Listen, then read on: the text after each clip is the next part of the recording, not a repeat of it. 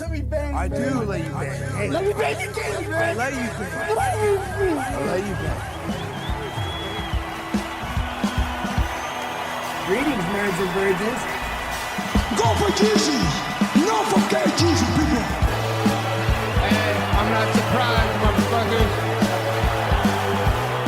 Ladies and gentlemen, it is time once again for your favorite mixed martial arts podcast. Recording out of Los Angeles, California, it's MMA Roasted with Adam Hunter. Who the fuck is that guy? Who the fuck is that? Hey, welcome to the MMA Roasted Podcast. Me, Adam Hunter. I'm here with the great comedian Shang Forbes. Appreciate it, man. Man who's been on Comic View, BET, Heroes. You stop doing the black credits first. 50 Cents, Get Rich or Die Trying. You're now, yeah, right? Just every black thing's like, yeah, he been on Good Times. He been on you can say The Late Show. You can say shit like that. Okay, yeah. all right, fine. But you know what? The things that I mentioned were the ones that I watched. Oh, that's true. That's true. Okay, that makes sense. And then we got also Weendawg is here. My man Weendawg, who is a TikTok superstar. You have the right, dude. Your TikTok is it's like political. It's about death. It's Harry creepy. Potter. Yeah, all kinds of crazy shit on there. All kinds of crazy shit. I had a rough. My dad has been in the hospital. He had to get a blood transfusion. He had to get. He has really bad. He can't breathe. He can't walk down a block without having to He lost 40% of his blood. So that's what I've been up to.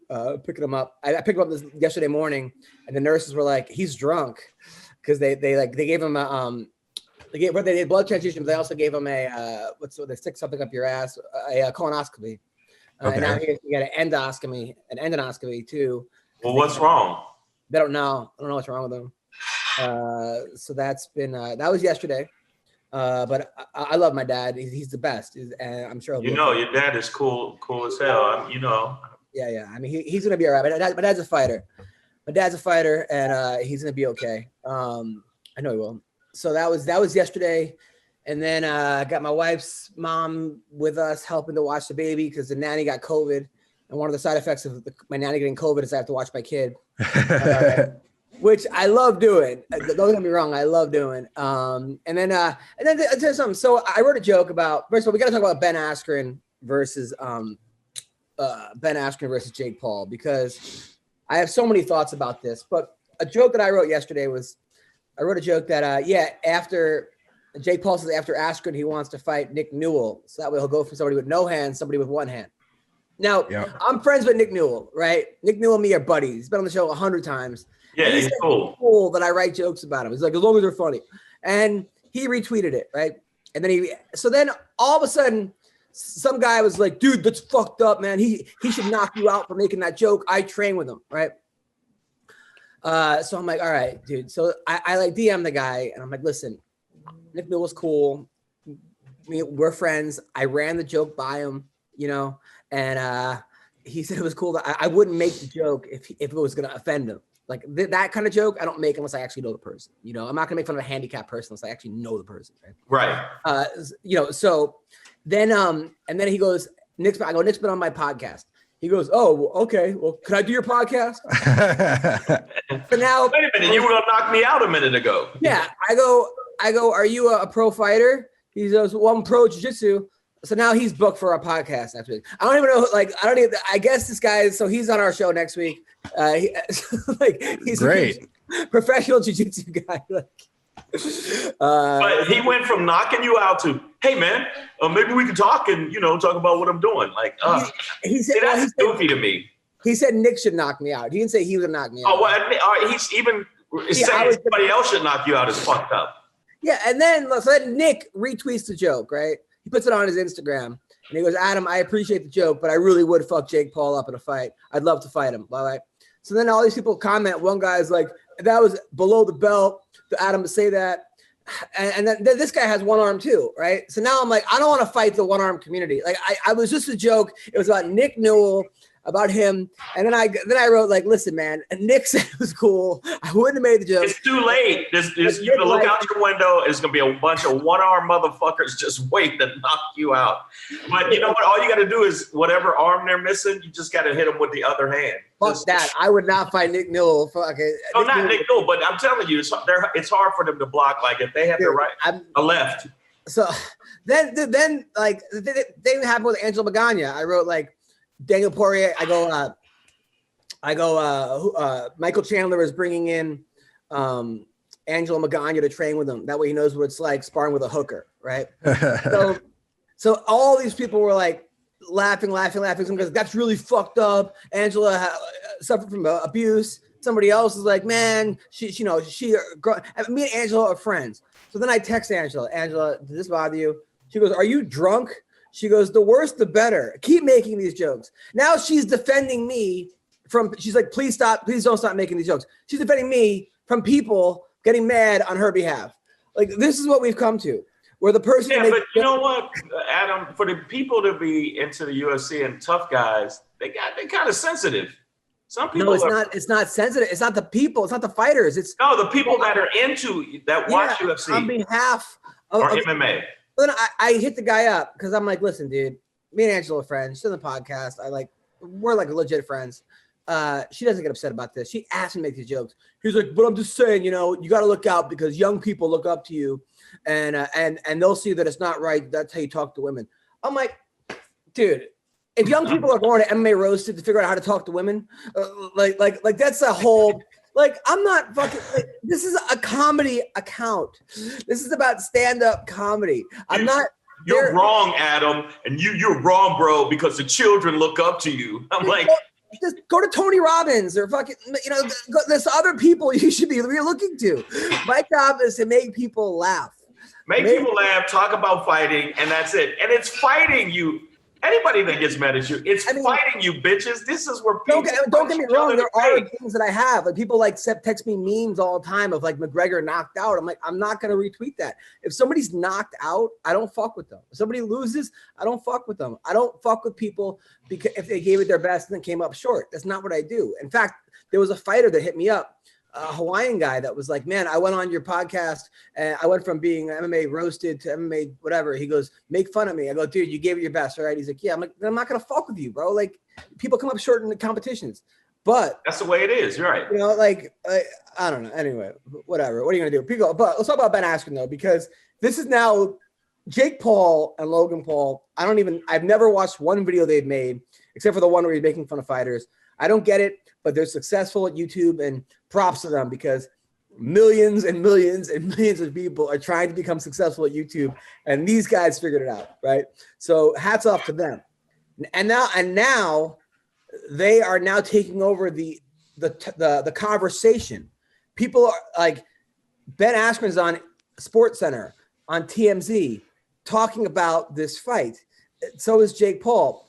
Now, Jake Paul sparred with a guy who is going to be on our podcast next week. This dude is, I guess he's the bare knuckle boxing champion. His name is Jake Brutal Bostwick. The guy looks like a fucking badass. He's the bare knuckle future champion. So he got a picture of him sparring with Jake Paul, right? So I don't know if you guys can see the picture. I mean, it's I can see it. And he writes, great rounds with Jake Paul. Jake for sure has earned my respect. He hasn't taken this shit lightly by any means. He's grafting, son. Ben Askren has his hands full. I'm looking forward to getting more work in. And then gorilla emoji. #brutal. He wrote, I've had easier spars with pro fighters. You haven't sparred with him to judge the situation. So, fuck. I really don't want to see Ben Askren getting knocked out by the. And then there's a video of Askren doing jump ropes. Like this dude is fighting the bare knuckle champion. This guy's video of him fighting, and you see Ben Askren. I'm making pudding. I'm like, oh, man. Then you put a little bit of vanilla. Like, what the fuck, man? Look, but Ben Askren never had hands, so I don't know why he would challenge him to a box. Now wrestling, I would say, okay, come in my world and wrestle me, motherfucker, and he would MMA. I mean MMA. But the thing is that Ben Askren says he's getting paid more for this fight than he has in any of his fights. Any of his UFC fights, any of his ONE FC fights, any of his Bellator fights. Oh, that's kind of sad, though. You think? Yes, that's a little bit sad. Wayne is like, well, I do it. Dude, I do a lot of things for a lot less.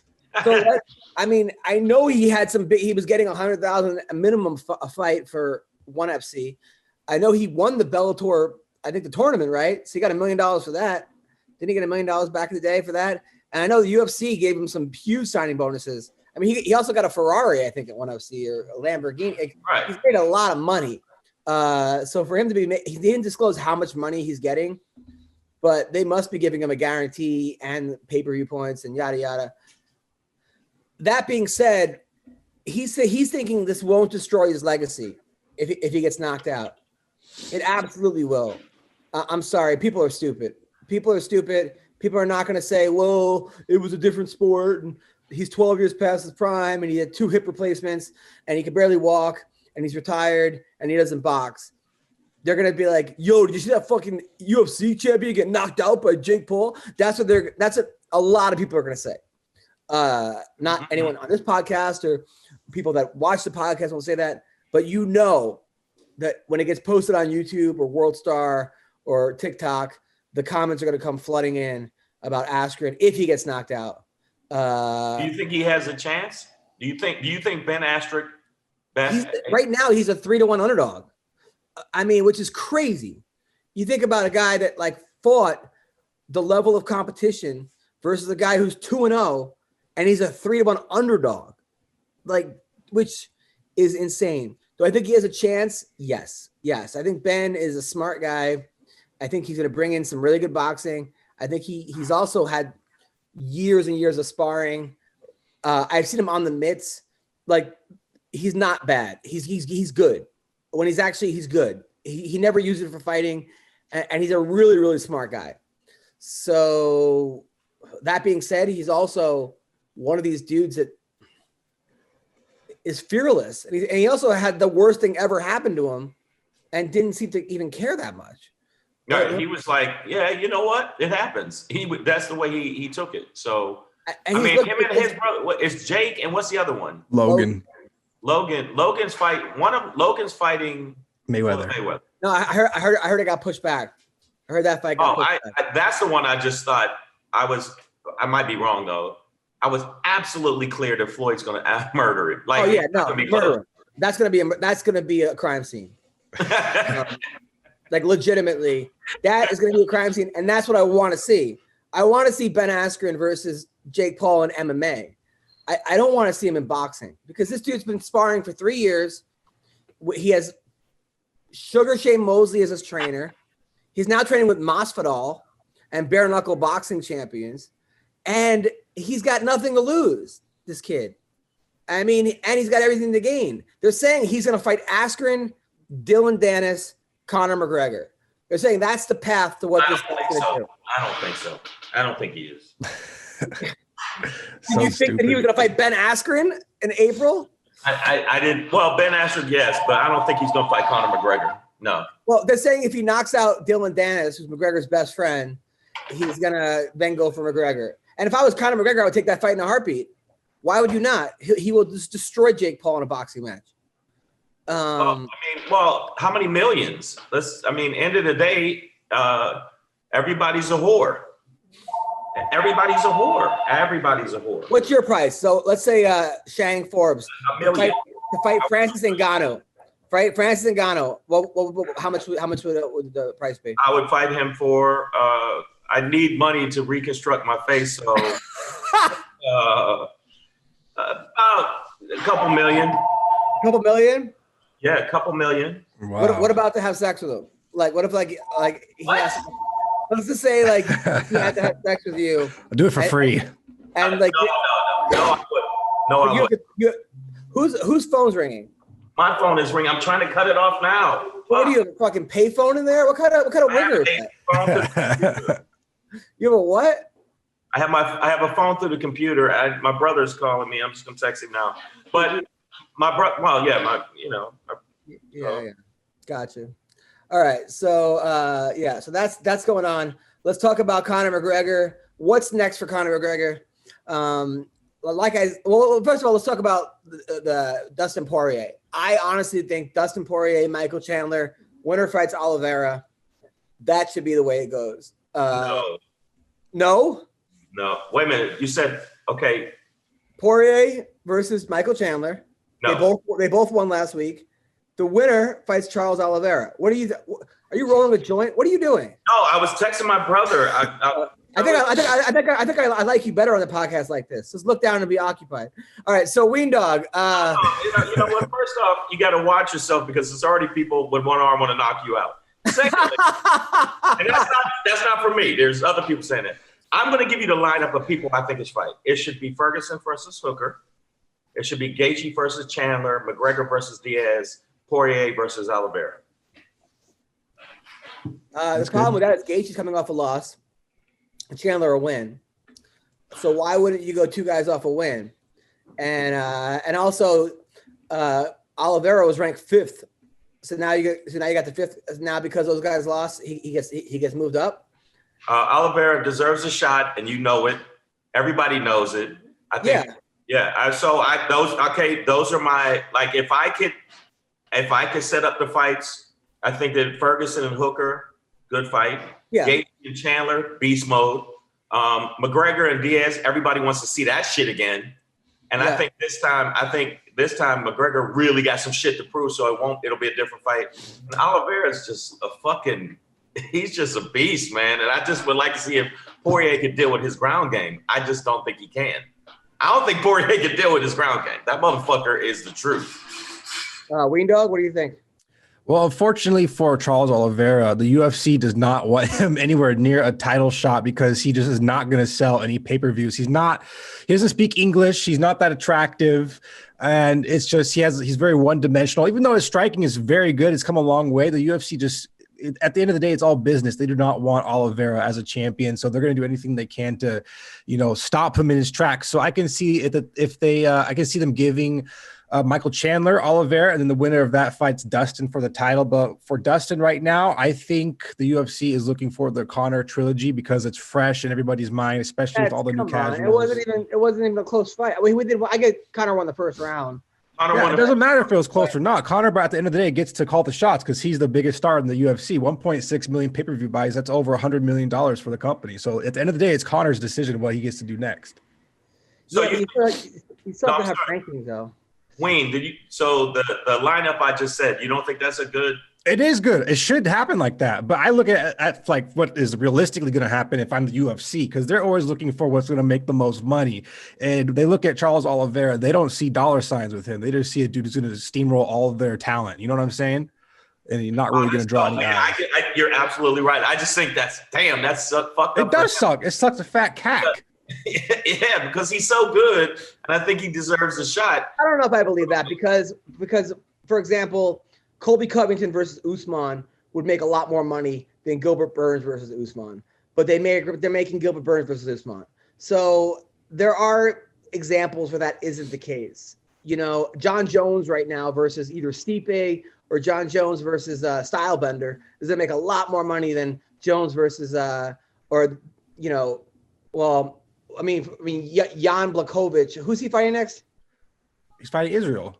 Israel. Oh yeah, Israel versus Jan is going to make a lot less money than Israel versus Jones. So I wouldn't say they're always looking for the bottom line. As far as money, because they are doing fights that don't necessarily make the most money, but you have to do it. And Ngannou, would you say he's a draw, Wayne?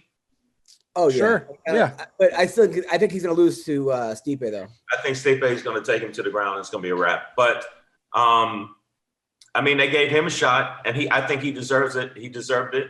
I think that out of all of the fighters, he was one of the ones that went, man, he deserves it. Stipe deserves to fight again. And I just don't understand why they don't promote him more. He's fucking who Ngannou? Stipe. I think that you're absolutely right. They gave him that commercial. He did that Modelo commercial, and I think he's also a guy that shies away from. He doesn't want to do interviews. He doesn't want to do things. He wants to be a fireman, live in his house, be a dad, be married. You can't promote somebody that doesn't want to be promoted. Really, it's just certain guys they don't. I feel like there's a lot of people that really, are fans of his. I'm a fan of his. I had a hard time with Cormier and Stipe because I like them both equally. Yeah. Does that make sense? So for me, I still feel like the UFC, if you got a heavyweight champion that's a fucking great fighter, he's definitely marketable. You got to talk to him and say, yo, dude, you got to do this part of it. That's just part of the business now. Oh, 100%. Wayne was right. It's about, I think it's about the bag. It's like, get the bag. I'll tell you what, though, John Jones right now is looking shredded. Huge. That's somebody's phone. What? That somebody's phone? That's my phone. Yeah, I didn't know. See, yeah, but at least I have Biggie. I don't have fucking like some old school ringtone that like from like the 80s. I got Biggie, but like, look at you with your archaic ringtone. But you don't think? Okay, I'm gonna ask you a question, Adam. You don't think that Stipe would want the limelight? Then why would he? No, I don't. I honestly don't. It's not him, dude. I think that he if you look at interviews, he's terrible with interviews. And I've had him on the show a couple times. Nice guy. He gives you one word answers. He doesn't seem to really want to be there. He's one of those dudes that like he's not Gerald Harris. He's a great actor, but right, am I right? Stipe Miocic just does not want the limelight. No, he has. Yeah, he is a one word answer guy too, man. Yep. Nope. Probably. He won't give you. He's not long-winded like me. Yeah, but look at what Conor did. Conor, well, he backed it up. I'm not going to act like he didn't back it up, but he did talk shit to the point where he got himself in the position of being the powerhouse. Yeah, like Gerald was his college teammate. They wrestled together in college. So he's known Stipe before he was even famous. And he's a really, really nice guy. He's a good dude. Just some people just don't want to be that attention. They like being the guy at the party who's in the corner looking, saying to himself and not being like the funny guy at the party. I mean, right? That's true. By the way, so I did Gerald's show last week in Tulsa. And first of all, I've never seen during a pandemic, this dude brings out like 500 people. Like every black person in Tulsa was at this show. Right. I've done his show. He knows I've done the show, and it was filled to the back. But during a pandemic, I mean, so we have a show at 6:00. You're like, and 8:00, packed. I mean, packed till the point they told people that they couldn't get 100. They couldn't get at full capacity because of the pandemic. But it was they turned people away. Right. Then he has a fucking trailer outside, a bus just for us. He has his own. We have our own like party trailer. Like it was like the Bang Bus, like an outside. Like hey, that was fun though, man. It was amazing. He knows how to treat you. So Gerald, right? So Gerald's partner passed away. They had the show together. He had a heart attack. Man. So the show was dedicated to him. It was the first time he did the show without him. There was a woman that came on that sang, "It's so hard to say goodbye." The voice and to put everyone in that mood, right? Which is not how you want to start comedy, but like okay, right? So everyone's like, people are crying. They're like sing along. Within 3 seconds, Gerald gets the mic, runs around, trying to get white people in the crowd to say the N-word, right? Like, they think I'm living my best life. But then he brings people on stage and he's like, all right, we're going to play Never Have I Ever. So there's like a woman who's like 80 and he's like, never have I ever licked a girl's, sucked a dick from behind, right? And the woman takes a shot. And so then Gerald's like, look at you used to fucking blow Kunta Kinte. Like this was like, people are rolling out of the seats laughing. Oh my gosh, then he brings a kid with his birthday. He blindfolds him. He's like, I'm gonna give you a lap dance. And he gets these 2 hot girls to come on. 700 pounds. They leave. He gets this white girl that must have been on like my 900-pound life. Like, so she comes on. The guy takes the thing off. This black dude runs off the stage, scared for his life. And then Gerald goes, "Oh, you get it, Big Mama." Her spanking the white girl, but it was like this should have been filmed for Showtime. Yes, I know. Shane's been there with me. He's seen our crazy shows, man. I mean, in fact, when I did the show, we got to go to the gym, which was cool. Yeah, it was great. And I think that I think that's one of the best like solo. In fact, it's better than the weekend shows I've done.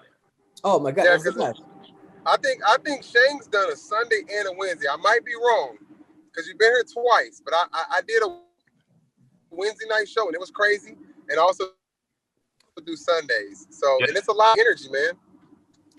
I mean, Gerald, you should be like the mayor of Tulsa. Like everybody comes out, dude. I don't understand how you have time. So they do So tell me background check. So here's an actual question. I heard Tito just got fired. There's like a petition to get him fired as the mayor. They're gonna replace him with Chuck Liddell. Now, I gotta ask you though, Gerald, a real question. You have 8 kids, right? Hey, look, that's funny you asked. Look where I'm at. Look at all these kids in the car. Say hi, kids. Hi. Say hi, y'all. Come here. Hey, I'm in a van right now, dude. Those aren't even his kids. Those aren't even his kids. He just found them on the side of the road. Kids. Hey guys, you want to go for a ride? I got my kids, other people's kids. Yeah, we do have 8 kids total. My oldest is 20. He'll be 21 in April. He's getting married in March, so he obviously moved out and doing his own thing. But yeah, man, it's a lot of kids. I love it. The youngest is 2 though, so I got a long way to go. I'm gonna be old as hell at graduation. So yeah. So he has a 2-year-old daughter who had her first wrestling match. She was cool, wasn't it? Dude, she goes out there, starts giggling, and lets her opponent pin her, and then starts tickling the girl, and starts laughing, like the girl doesn't know what to do, and then afterwards wants to keep wrestling after she loses. Yeah, she went after her when they were supposed to shake hands. She's like, "Let's go again." Hey, remember when she got pinned and she rolled over and goes, I was like, no, you're supposed to. That's not how it works. You just lost. She's having the best time. But so you have 8 kids, and you're a wrestling coach. You own a gym. You run a comedy club. You're a school teacher, and you're still a full-time fighter. Like, how do you have time for this? I don't know, honestly. People say I wear many hats, and I'll tell you, there's 24 hours in a day, and I use about 23 of them. So, well, you have 8 kids, so you don't wear any hats, actually. Yeah, that's true. More like a headband, I guess. Hey, but no, man, I make it work. You know, when I got to fight, I don't miss a training session. I'll work out at 4:00 in the morning. I'll run the gym at 5:30. I'll go to school and teach till noon. I'll work out at noon. Then I'll run wrestling practice for a couple hours. And then I'll go run the gym from 5:30, 6:30. And then I'll work out again that night. And literally, that's how I do it. I make my schedule work. I don't slack off anywhere. I've taken some losses, but it has never been from a lack of training. I promise you that. Well, I mean, how do you have time, though, to be a parent to 8 kids while running 4 different jobs? Man, fuck them kids, man. They last on my list. No, I'm playing. Oh, shit, no. Man, you know what's cool about my jobs is my jobs involves my children. So while I'm at school, they're in school. And when I'm at the gym, they're at the gym with me. So I don't miss many moments with my kids. And when I go to the gym in the morning, they're all asleep. So that's why I like being a teacher, because while I'm at work, they're at school. So I'm not like a 9-to-5 dad that goes and works all day and comes home tired. They're with me. I pick them up from school or they're at practice and they go to the gym with me. We're always together, man. And then on the weekends, we're at wrestling tournaments. So I spend a lot of time with my kids. No, it was so cool. We also had like other parents that were coaching, that the wrestling parents that he's friends with. They're all cool. And then he got to a fight with his wife. And I had to like look down because they were fighting with each other because she wanted to keep going out at 2 a.m. And he was she was heavy. It was like my parents were fighting, and I was I was looking down the whole time. But it was also like made me feel like I was part of the family. So that was great. Definitely. You got to witness it. She was a little hammered. I told her no, and she promised me she won't drink that hard ever again. So. You know what I wanted to say, man? I did a search again because I told you that before. You realize you have, like, they said the top 5 knockout slams ever. Yeah, 2 of them. David Branch. That's crazy.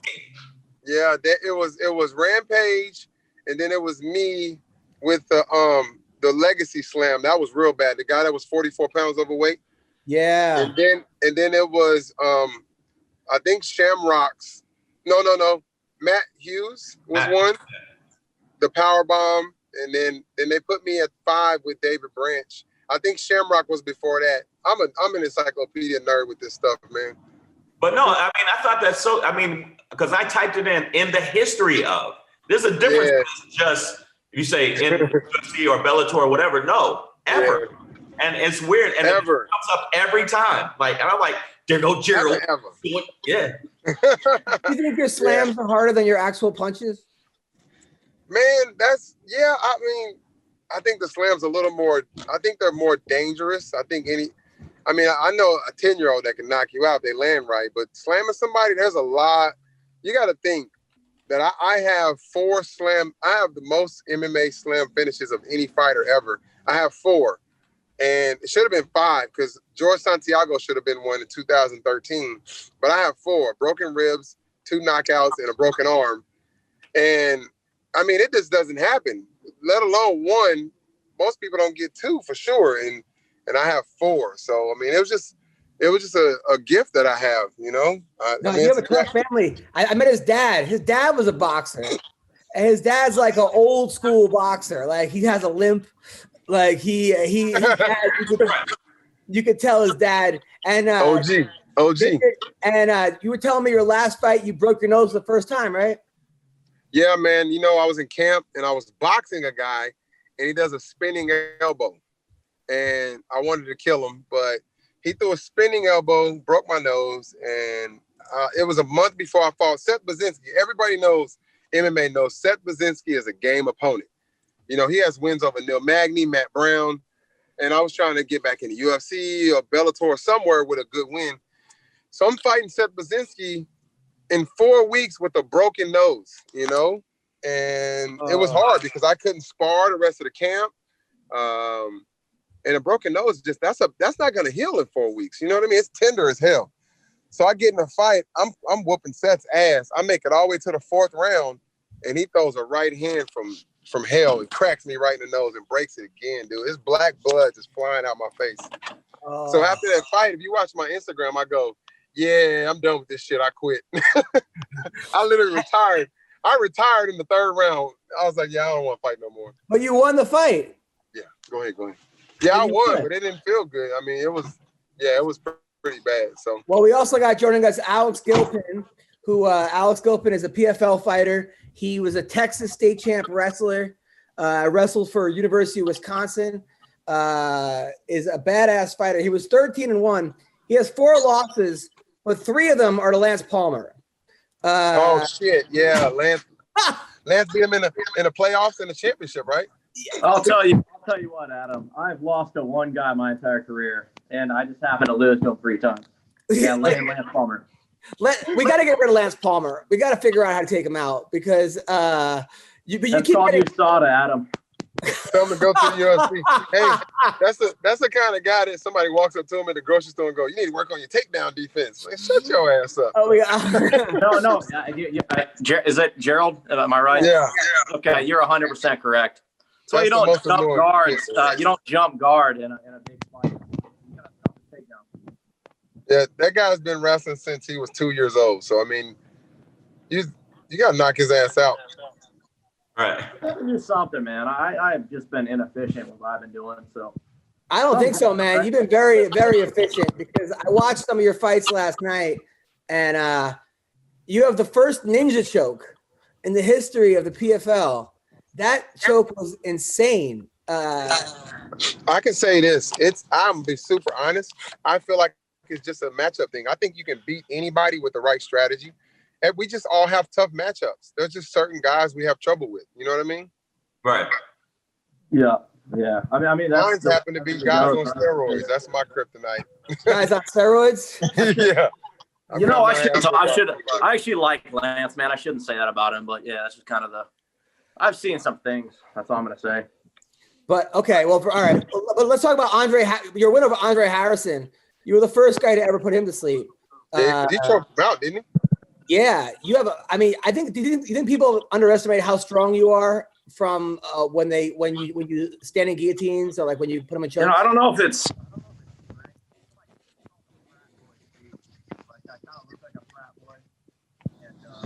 Like all those frat boys that carry around the kegs, like they give good handshakes. I think that's probably where I developed that squeeze from. Yeah, no, your squeeze. But yeah, no, I'm not really that strong. You know. Yeah, you're just being humble. I'll tell you what's not strong is your internet. You're being real humble, man. He said your internet connection. Your internet connection is not strong at all. Now, because you keep That's going probably out. Mine, right? Yeah, but it's all good, Alex. Now, are you still in the PFL? I know they cut half their roster. You're still in the PFL, right? We're kind of playing the waiting game here. I'm kind of downstairs. My girlfriend's got one of them jobs, so she's kind of she's on the phone right now. I'm not trying to offend any customers that she has. They're already angry, so it's all good. But I'll get out of my basement. Oh, it's all good. It looks like you've been quarantining for the last 25 years. Now that's correct. Now, so why you made it to the finals of the PFL? You were one fight away from winning $1 million. They can't cut you, right? No, they'll do it, man. They'll do it pretty quick. So I don't know though. We're kind of it's just been weird this last year. Obviously, they cut the whole season. It's kind of exploring other options. Is my internet connection better, by the way? Yeah, way better. Okay, way better.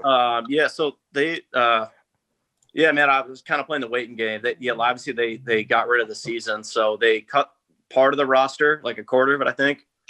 I think what obviously keeps them re-signing me is they don't want to see Palmer versus Gilpin 4. You know what I mean? It's just, that's worse than some of the movie sequels we see these days on Netflix. You know what I mean? It's just but yeah, man, I'd love to fight him a 4th time. I think me and my coaches are the only people on planet Earth that want to see that, though. And if I get re-signed, I will, and I'd gladly do it. Otherwise, we're going to explore other options outside of there. No problem. No, man, you got to get that $1 million.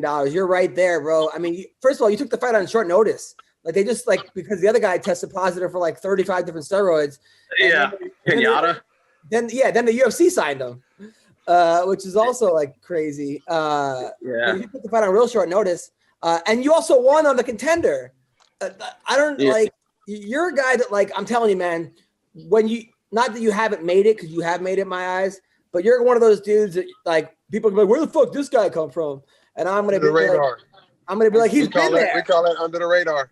Yeah, he's been there, bro. Yeah, man, Gerald's got me. Yeah, I like to just come out of the woodworks and just creep up like a weirdo. That's how I like to do it.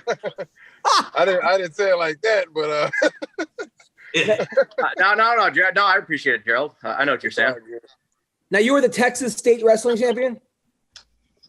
Yeah, man. I didn't have a crazy decorative wrestling career. It was I didn't start till high school. That's when I started wrestling. I sucked for a year or two.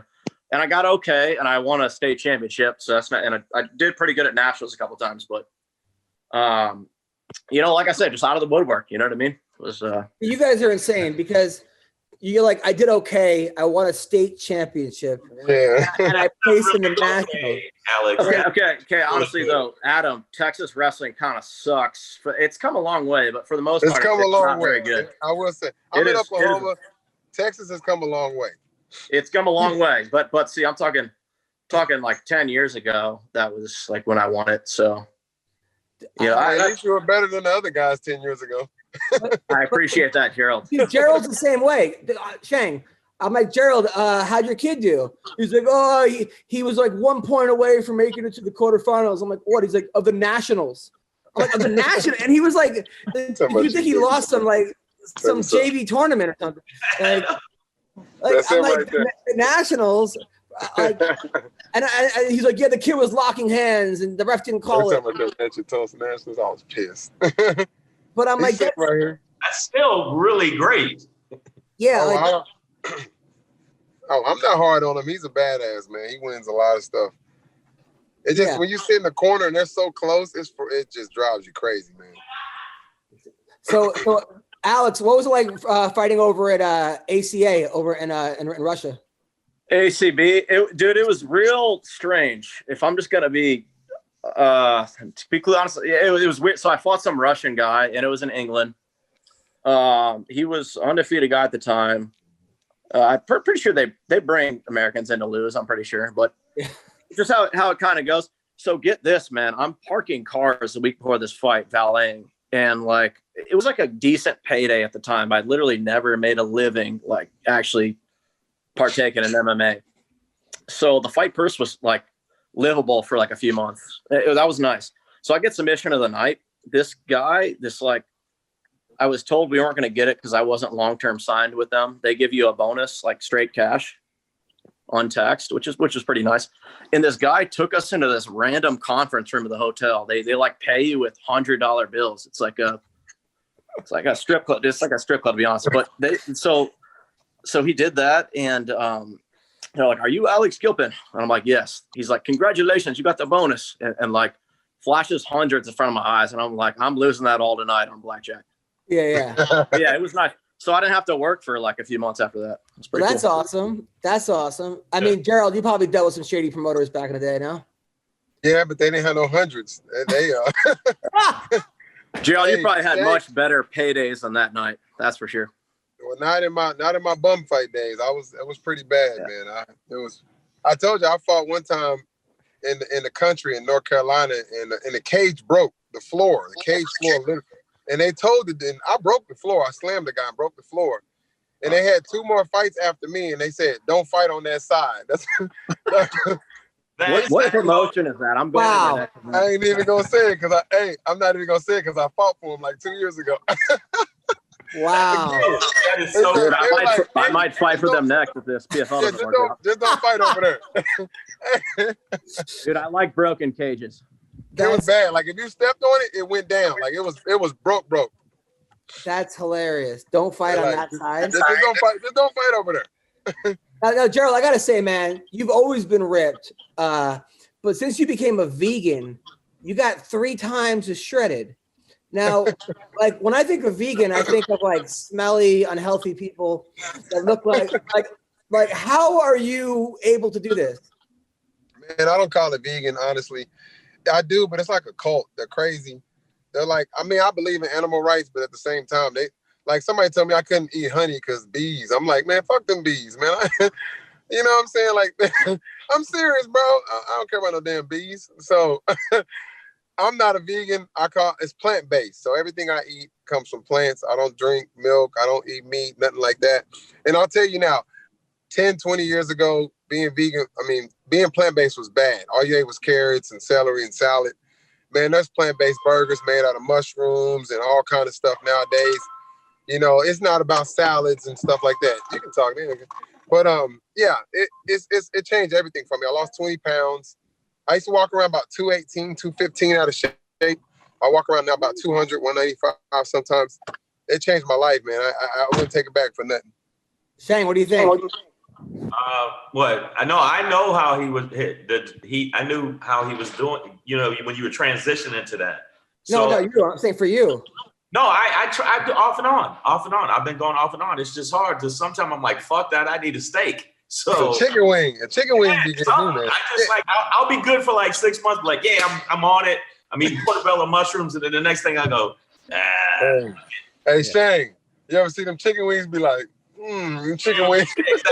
Exactly. Oh, you're killing me, bro. Hey. Yeah. So I'm off and on, but I'm more on now than off. Alex, do you live in Wisconsin still? Yeah, I don't know why, but yeah, I do. Didn't you go to Vegas for a while? Didn't you train over in Vegas? I've been to Vegas. I almost lived in Vegas. A blackjack eater, but no, never really lived there. I saw a picture of you and Anderson Silva. Oh yeah, so I was cornering my teammate, Colt Wing It Willie, we call him, Colt Williams. He likes to wing it. So I was cornering him, and after the fight, or actually the night before the fight, it was at the Performance Institute.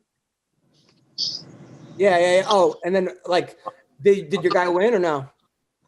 No, but like he doesn't really train or anything, so that kind of makes sense. Can't click over, okay? A guy named Wing It Willie doesn't train. Wow, that's crazy. Yeah. So, all right. So before you guys came on, we were talking about Ben Askren versus Jake Paul. Now you're from Wisconsin. Did you ever spar with Askren? No, I would have hoped to, man. I was actually a big Askren fan when I was coming up. Yeah, that's an interesting one though. Hopefully Askren double legs him and either I think it's gonna be a no contest. So I think Askren's gonna double leg him and put him on his head, or he'll submit him or something like that, and it's gonna be against the Triller rules or whoever's hosting the fight. I really Gerald, think you can wear him down, bro. I really do. No lie. I do too, man. You told me Jake Paul wins. I think Jake Paul is gonna beat the shit out of Ben Askren until he gets tired. If Douglas Lima can't knock out Ben Askren, Jake Paul ain't about to do it. Jake Paul about to punch that big ass head until he get tired. I'm telling you, bro. Gerald, that's a good analysis. I could second that very easily. I'm telling you, bro, he's got to get him. And, he's not like a tough. He's got some athleticism on his side, some youth, but I don't think he's tough. I think he's gonna give up if he can't knock him out in a few rounds. So Ashton doesn't have any hands. What? He doesn't have any hands. Ben is gonna get pieced up because he doesn't have hands. Oh, he's gonna get pieced up, but he gonna get tired, man. You can't keep up that kind of power. It's 8 rounds, dude. It's an 8-round fight. Have you guys seen that Simpson episode where that solid boxer hits Homer Simpson repeatedly and he gets tired because he's not unconscious? Yes. That's exactly what's going to happen. I'm going to be forthcoming about this, but I could kind of picture Askren, not a TKO, but just like a retirement, like in 6 or 7 rounds. I hope so. I really hope Ben wins. Now, if Ben gets knocked out, how much does it hurt his legacy, honestly? None. Zero. Nothing. Zero. I agree with you. Really? Yes. I think the insecure degenerates that have some sort of attachment to the way a fight goes, I think it hurts their view of Ben. But the real ones, no. Ben's already staked his claim in the MMA community. Yeah, but you don't think online they're going to go crazy and make a bunch of memes and a bunch of shit like that? Who gives a shit? Ben's going to have a fat wallet, and he's done what he has in MMA. He's done with it. It's at the end of the day too. It's boxing, not MMA. Who cares? I like your attitude, man. I like your attitude. All right, let's talk about got nothing to lose. Some fights coming up. Usman or Burns? Who wins this fight? Oh shit, that's gonna be a good one. I'm going with Usman, man. I can't count Usman out, bro. Usman decision. Burns if there's a finish. Wow, I say Burns. You think Burns wins? I think Burns wins. He trained with him. He knows him. I think he's going to exploit that, and I think he's going to win. Weendawg? I have Usman the way he always wins. Which is how? Decision, 5-round decision. Hardcore grinding up against the fence and decision. I hear you there, man. Yep. Okay, Frankie Edgar versus Corey Sandhagen, taking place next week. It's hard to bet against Frankie, man. I'm going with Frankie. Frankie decision, Sandhagen finish for sure. Frankie. All right, we can't do that. We can't do that. All right, Frankie then, damn it, Frank. Yeah, you can't do that. Frankie for sure. Come on, man. Yeah, you see how good Sandhagen's been looking though? He's been looking amazing. I think Frankie's going to win too, but Sandhagen's been on a roll. Aljamain got a hold of him though.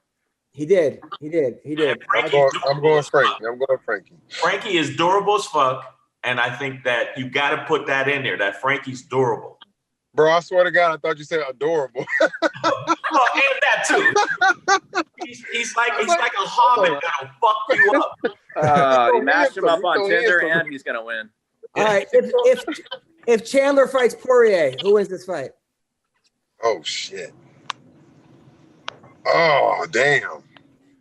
That's like King Kong and Godzilla. You really can't bet against Chandler after his last few performances, but anything can happen. You know what I mean? Yeah. Wow. You guys are really sleeping.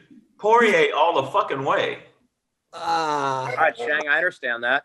Because I'm saying, are you kidding me? It's like weird. What does Poirier have to fucking do? Poirier's going to. I'm telling you, Poirier. What does Chandler have to do, sir?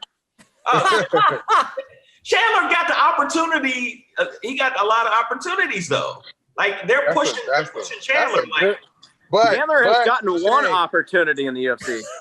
Shane. That's true. That's true. Alex, Hey, Shane. But you gotta think about trying this to be a though. witty asshole here, but I'm just. you're right. You're right. Hey, calling Chandler's a got spade a spade here. hands, and Chandler has the ability to control where the match goes. That's the only weakness Poirier has in that fight, is he ain't gonna take Chandler down. So And he's got a big tip on his shoulder too. Gerald, that's a good analysis. And then if we're going to go submission game, I definitely favor Michael Chandler, unless Poirier jumps guard with that guillotine, because that's underrated in my opinion. Very underrated. Is it better than yours? Is Poirier's guillotine better than mine? Absolutely not. Is his striking better than mine? Every single day of the week? You may have the best guillotine I've ever seen. Like your standing guillotine puts people out. Like it's like, never mind. I shouldn't say that. Do you know any other moves? You were gonna say it though, Alex. You were gonna say that shit. You know what? Who knows who watches this? I don't want to get in trouble. But yeah. Right. So yeah, and all these people warm up before their fights and stuff. I watch jiu-jitsu videos on YouTube, and that's how I learned that stuff. So it's, I favor me with the guillotine versus Poirier. Wow. I'm telling, dude, it's so funny because I think people are like, oh, he's not going to get me with a standing guillotine. And then they're like, what the fuck just happened? And then you look at them like, really? You didn't trust me? I mean, you have like, what, 10 standing guillotines submissions? Like in fights? Yeah. Dude, I think I got I got some ninja chokes. I got different, like a guillotine. I got a good high of a guillotine on a Sunsow. I don't think, I've won like maybe one at a dirty local show, but other than that, no, I got like 2. Well, your chokes are really good, man. I'm telling you, you must you must really ease up when you jerk off, because I can see you just ripping your dick off. I'll tell you what, my right forearm is bigger than Quagmire's. That's for sure. Gerald, you got kids in the car, don't you? I should shut up. They heard way worse. Yeah. They was literally in the car when I said "fuck them kids." Let me ask you something. Do you think you think Chandler? I mean, you think they pushed him along too fast, or that because that one fight? I don't think that. There's nowhere else. Dude, he beat Benson Henderson. He beat Eddie Alvarez. He's beat other high level guys. Like, there's this stipulation that if you're outside the UFC, you're not world class, which I think is dumb. Yeah. Gerald, I think you could second that. Yeah, because I'm gonna tell you, a long time ago when Strikeforce came over to the UFC, I told everybody they about to come in there whooping ass, and as soon as they did, they start making all the Strikeforce guys fight each other because they was whooping the shit out of them UFC dudes. Yeah. Not only that, but it went the other way too. Remember when like Pride guys came over? WEC, like, Pride, all of them. I know, but you're not in those 3 letters. You suck. Like but remember it was the opposite. Remember, I was talking to Forrest about that. I was like, everybody was like, Shogun's gonna kill Forrest, and then Forrest beat Shogun. Remember, it was like Pride was like here, and people thought the UFC guys were gonna get killed by the Pride guys. Yep. There's always something where like everyone thinks you're the man, but you're absolutely right. I mean, there are guys out there in some, in KSW that are. Look at the contenders. Look at the contenders. How much talent they bringing in. Yeah. I mean, look how good LFA guys are doing. Look, Kevin Holland just started working everybody. Exactly. Yeah. So, that dude's on a roll, man. UFC does that to Bellator a lot, where they act like, Bellator guys, whatever. And I think that's Bellator does that to themselves, though, but by not promoting their best guys and also not letting people know when the shows are on. There are guys like, there's no reason why Antonio McKee Jr. shouldn't be right now like their biggest star. The guy, oh my God, that kid is so talented, man. Yeah, that kid is solid. I'll say this though, for Darian Call to get caught in that, I'm not knocking Call. Yeah, McKee, man, he's world class. He knocked out Karakanyan. I mean, Karakanyan like 12 seconds. Oh, yeah. I mean, he's running through everybody. Yeah. But Bellator, you would think he's not even in the organization. I mean, they're sitting there. Just signed some names though. They have like 4 names they just signed. Yeah, but they sign names with like guys like Roy Nelson who have big names, but they got a whole bunch of younger guys. They also have big stomachs, don't they, Adam? Yeah. Big stomachs, exactly. Hey, I gotta go to one of my 10 jobs, so I gotta get off here. One of your 10. You're like a Jamaican. I'm literally. Hey, I gotta show you guys this real quick. I'm not kidding. I'm like super dad. Like, I'll turn this damn camera around. Fuck it, I just turn around. I'm really in a wrestling van. Look at this. Oh my God. Gerald, are you a family shuttle driver? Yeah, I'm not kidding, bro. I'm in a 15 passenger van. Like, That's a beautiful thing, man. Hey, it's as long as they got windows in it, man, you're good. He has 8 kids. Yeah, he has 8 kids, but you handle it. He's an 8 kids. No pull out game. That's my submission. That's my submission. No pull out. Shout out, Gerald. You're an outstanding citizen. That's solid. He's got a banging Thai wife, right? Is she Thailand? Where's she from? Yeah, she's Thai. Her family's from Thailand. They're cool as hell too, man.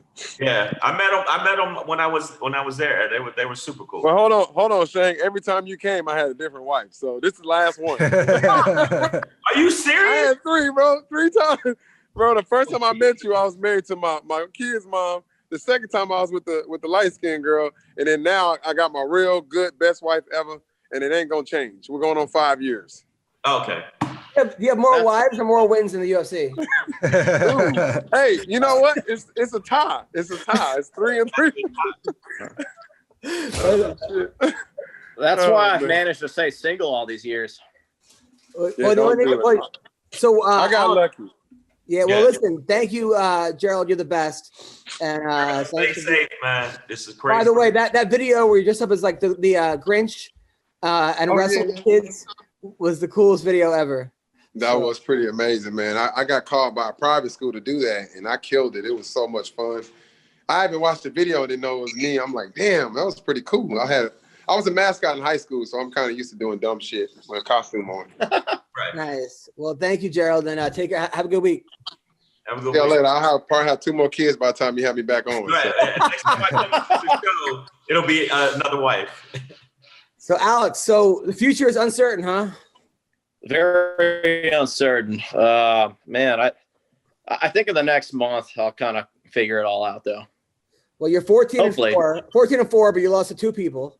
Well, I lost to one guy. The other one was a real ridiculous decision in the guy's hometown. I dominated for 2 rounds. They gave him a decision. Well, you're one of the best fighters in the world. So I don't want you to talk to guys all the time that are like, yeah, I was into it, but I wasn't getting the right promotion. So I took my desk job or construction back. Don't do that, bro. You're so good. Well, you're good at Twitter and comedy, Adam. So stick with that. Yeah, so stick with that, Adam. Well, you gotta keep the dream alive, man. For real. No, I am, man. It's been halted with the stupid bats and stuff, Now, do you still have your own gym? I don't have my own gym. Well, I have a dirty dungeon in the basement gym, but I don't have like a real gym.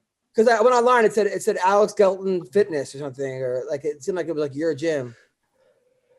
No, I mean I was maybe advertising it, but it's not my gym. Oh, okay. It just had your name on it. It's Chosen Few. McFarland, this little place in the outskirts of Madison, Wisconsin. Great place to be. Not my gym though.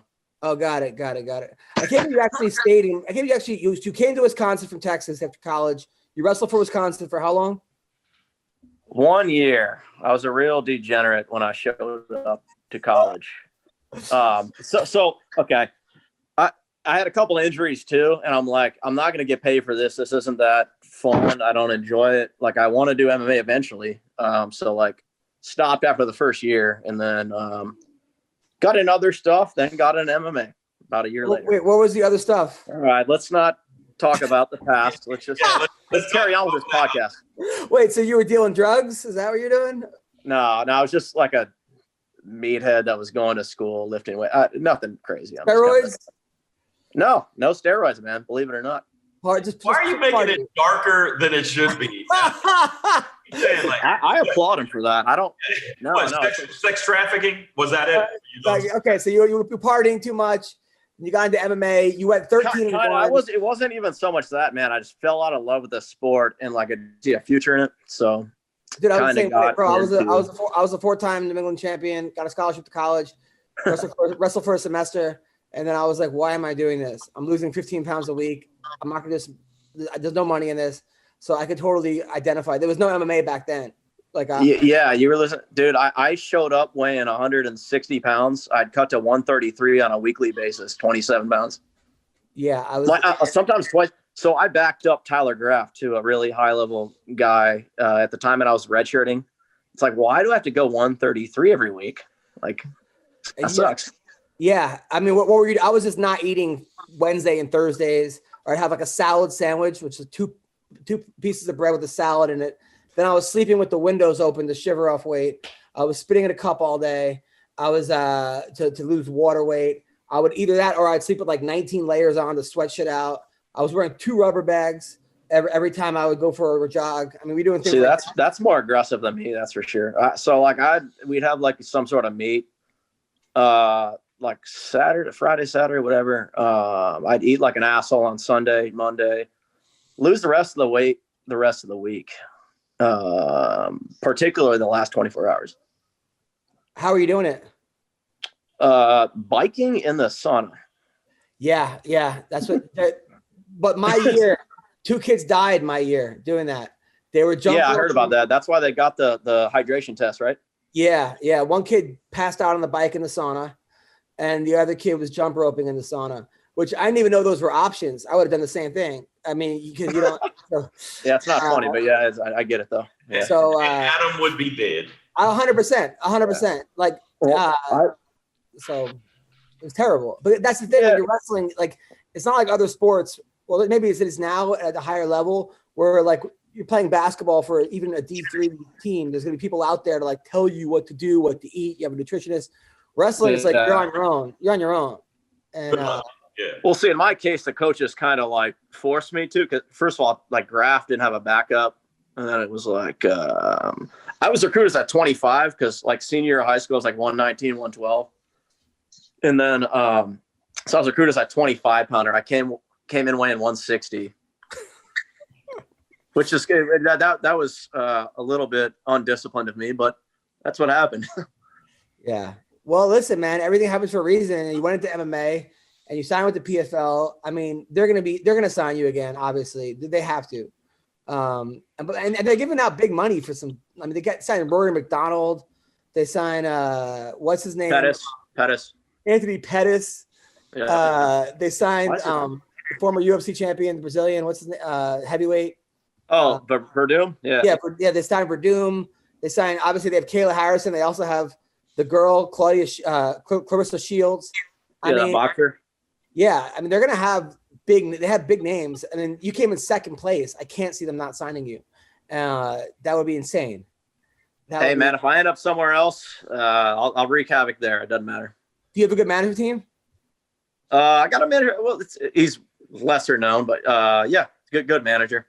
You know, that's who got me to PFL. He just sent Ray a message, and Ray's like, "All right, let's bring this guy on board." Because after Contender, we were looking at just kind of waiting it out, getting in the UFC, but I had an injury, so it was like I had to kind of wait.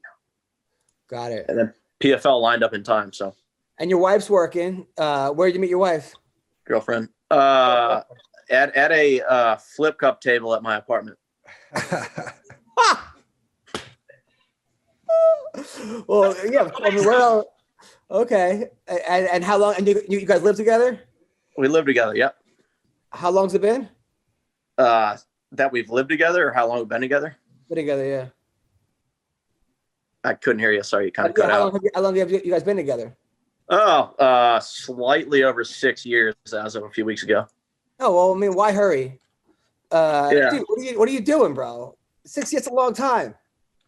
What's that? Like, propose to her, bro. What are you doing? Haven't you seen Tiger Woods videos? Shang, tell this guy to propose. She obviously loves him. I'm single, so I say hang in there with where you got escape routes. Shang says ride it like Seabiscuit. There you go. Don't. Weendawg, what do you think? Should he propose to his girlfriend or what? Hell no. Just ride that shit out. Hey, Roasted Podcast.